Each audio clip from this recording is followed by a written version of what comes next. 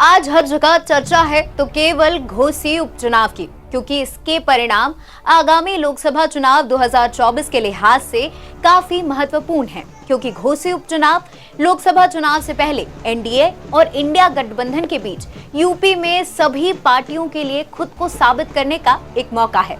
नमस्कार, मेरा नाम श्रुति है और आप देख रहे हैं एनबीटी ऑनलाइन। घोसी विधानसभा सीट पर उपचुनाव की जरूरत सपा विधायक दारा सिंह चौहान के इस्तीफे के बाद पड़ी। दारा सिंह चौहान 2022 के विधानसभा चुनाव में इस सीट पर बीजेपी से विजय राजभर को 20,000 से अधिक वोटों से हरा दिया था।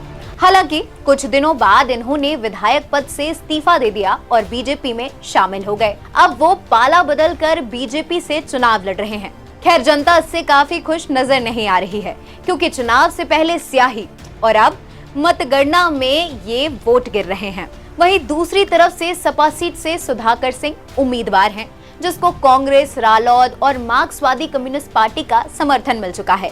पार्टियों ने यहां अपना उम्मीदवार तक नहीं उतारा और फैसला आने का इंतजार कर रहे हैं। खैर, इंडिया गठबंधन में सबसे मजबूत दावेदारी दिखाने वाले अखिलेश यादव की ये अग्नि परीक्षा है। इसलिए इस उपचुनाव में यादव कुनबे ने अपनी पूरी ताकत झोंक दी है। इसका अंदाजा आप इस बात से लगा सकते हैं कि चाचा शिवपाल के बाद खुद सपा प्रमुख अखिलेश यादव इस क्षेत्र की रेकी करने आ गए।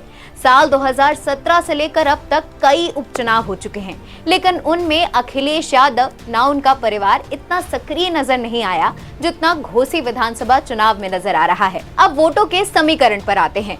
घोसी में करीब 4,37,000 वोटर्स हैं। इनमें से 90,000 मुस्लिम, 60,000 दलित, 77,000 ऊंची जाति के लोग हैं। अब इस 77,000 को भी और टुकड़ों में तोड़ते हैं। इसमें 45,000 भूमिहार, 16,000 राजपूत और 6,000 ब्राह्मण हैं।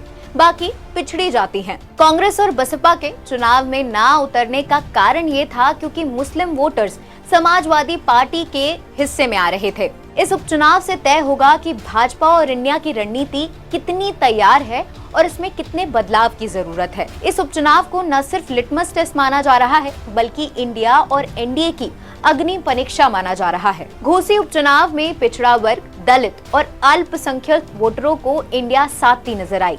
दूसरी तरफ सपा इसके जरिए इंडिया गठबंधन की भूमिका को और भी ज्यादा मुक्त कराना चाहती है। साथ ही सहयोगी दलों को ये विश्वास दिलाना चाहती है कि वोट शेयरिंग पर या सीट शेयरिंग के सवाल पर वो पूरी दिलचस्पी के साथ आगे बढ़ रहे हैं।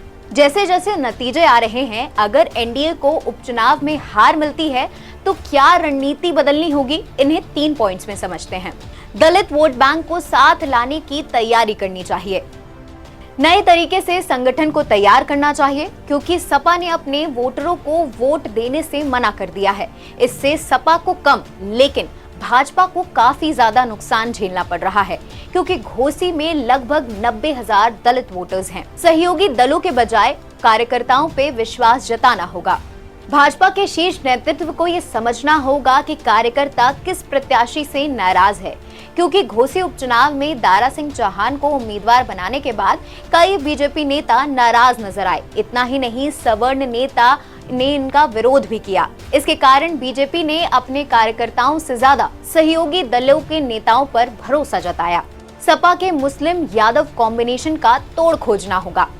भाजपा ने घोसी उपचुनाव में अपनी मंत्रियों की फौज उतार दी तो भी जाति समीकरण को साध नहीं पाई। सपा के मुस्लिम यादव कॉम्बिनेशन का तोड़ खोजना अब उनके लिए बेहद जरूरी हो गया है, क्योंकि मुस्लिम वोटर्स में बीजेपी का फोकस हमेशा पसमानदा मुस्लिम रहे हैं। वहीं दूसरी तरफ इसके बाद बीजेपी दूसरे वोटर्स को साधने में लगी रही। अब नए तरीके से बीजेपी को अपने मुस्लिम और यादव का कॉम्बिनेशन का तोड़ निकालना पड़ेगा। पिछले 4 चुनाव की बात करें तो 2 बार सपा और 2 बार बीजेपी ने बाजी मारी है। 5 सितंबर को हुई वोटिंग में 50% लगभग वोटिंग हुई, जो पिछले चुनाव से 8% कम थी। और भी ऐसे वीडियोस के लिए जुड़े रहें एनबीटी ऑनलाइन के साथ।